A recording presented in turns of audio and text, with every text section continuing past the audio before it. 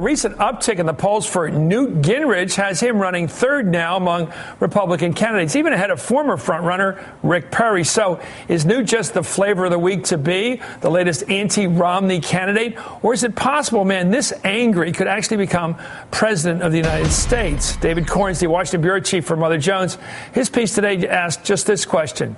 Can Newt be the first openly mean president as an openly gay? Anyway, and Alex Wagner is also with us. She's an MSNBC political analyst. So you chuckle at it as well as I do, Alex. And I'm chuckling here because that's always been my observation about Newt. Yeah. He's an opportunist to exploit any opportunity to hate the other side. I mean, if you go over his history, he has decades of angry rhetoric, not just excessive political rhetoric. You might recall the days when he said of Tip O'Neill, your old boss, he doesn't know the difference between freedom and slavery. Oh, yeah. He used to counsel other Republicans to call Democrats traitors. I mean, again and again, we know what he's done with Barack Obama. And if you go back and you think about our presidents, some of them mean behind the scenes, certainly Richard Nixon, but in their sort of public personas, you know, whether it's Reagan or Bill Clinton or Barack Obama, they're not mean personally. They don't go for the angry, excessive attack rhetoric. So maybe Andrew Jackson was pretty mean when he was president, but we don't really elect these type of people to the highest office in the land. So Newt would really be breaking a barrier. Yeah, I think, Alex, it's a fair question. Would you want a guy as president who likes wrestling in a cesspool? Because that's what this guy is. He likes dirty as possible. Both sides get dirty, and he can be a little less dirty or dirtier than the other guy. He doesn't want to run on a clean field, this guy. No, I mean, and let's also keep in mind this is someone who recently has fear-mongered over Islam and Sharia law. His comments about the community center down at Ground Zero were incredibly inflammatory. He's someone who's invoked the memory of Auschwitz when comparing, when talking about democratic policies and politics. I mean, he's incredibly inflammatory. And then, of course, you have his political record and what happened when he was Speaker of the House, the ethics charges, his philandering, and then most recently, $500,000 in Tiffany's debt. I mean, there are a lot of holes in a Newt Gingrich presidential campaign. Well, here's a history of his abrasive comments. Listen to what he told National Review last year about President Obama. Quote, "What if Obama is so outside our comprehension that only if you understand Kenyan anti-colonial behavior can you begin to piece together his actions? That is the most accurate predictive model for his behavior.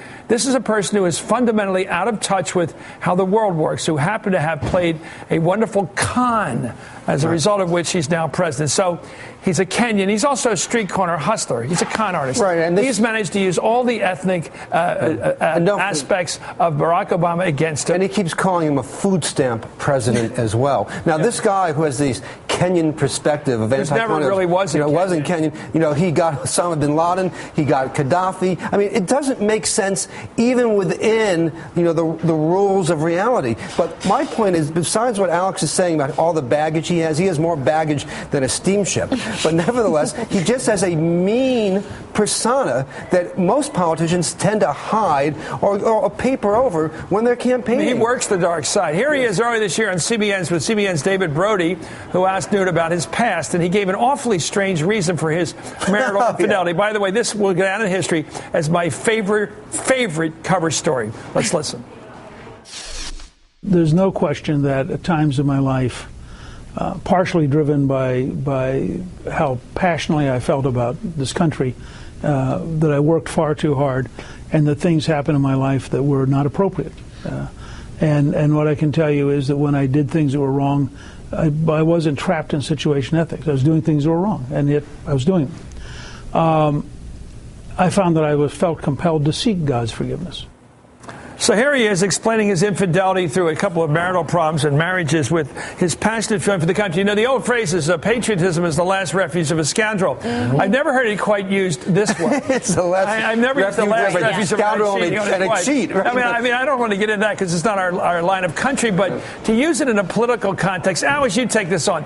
To use that in a political who does he think is the buying Star Spangled Banner made nonsense? him do it? I mean, who would believe that? Who would believe that? It's just poppycock. It's complete poppycock. peacock because he has nothing else to hide under. And as someone who launched his own ethics investigations and used that as a road to speakerdom and then was thusly unseated for his own philandering. I mean, look, it made no sense. It was, I think, hilarious, actually, when he said it. The reason Newt Gingrich is seeing a resurgence in the polls is because fundamentally this entire field is wildly unsettled. And all I can think of is one of those Viennese waltzes where everybody changes partners every couple chords. And that's exactly what's happening. And you know what? Rick Santorum, I'd predict, is probably coming up. Again, he's going to be the flavor of the month in a matter of weeks, too.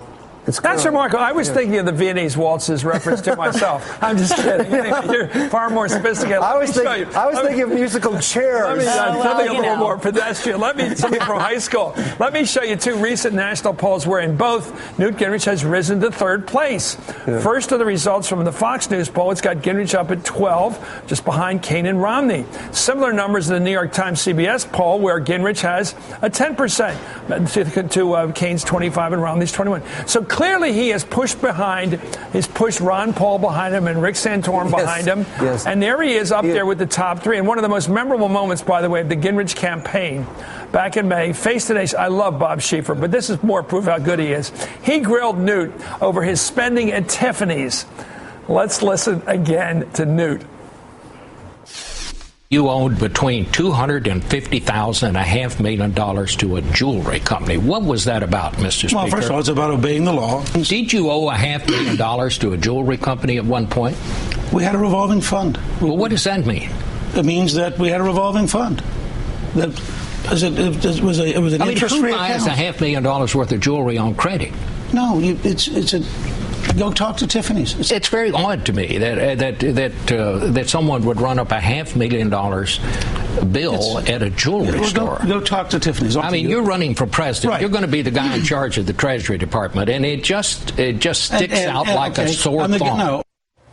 The utter reasonableness of Bob Schieffer with that wonderful flat Texas accent. The way he just asks the most obvious human question, and the other guy just finally cannot even BS his way out of it. All he can say is, talk to Tiffany. Actually, is all he can say. He probably should have said, ask my wife. Oh, no, you're not going to do that. But listen, if you look at... She may be expensive, but she's not available for this kind of stuff, I'll tell you. If you look at the answer he gave there and the answer he gave of marital fidelity, it shows that he has this sort of sense of being above it all. Like he thinks he can cut, like he can cut corners. He didn't get away from Bob. No, he didn't. It did not work. But this is a guy who, for 30 years, has had this sort of arrogant, egotistical complex that allows him to accuse other people of being like Nazis, and he can't even answer a question about Tiffany. Well said. Well said. To Bob Schieffer. Good guy, Bob. Thank you, David Corn, and thank you, Alex Ryder.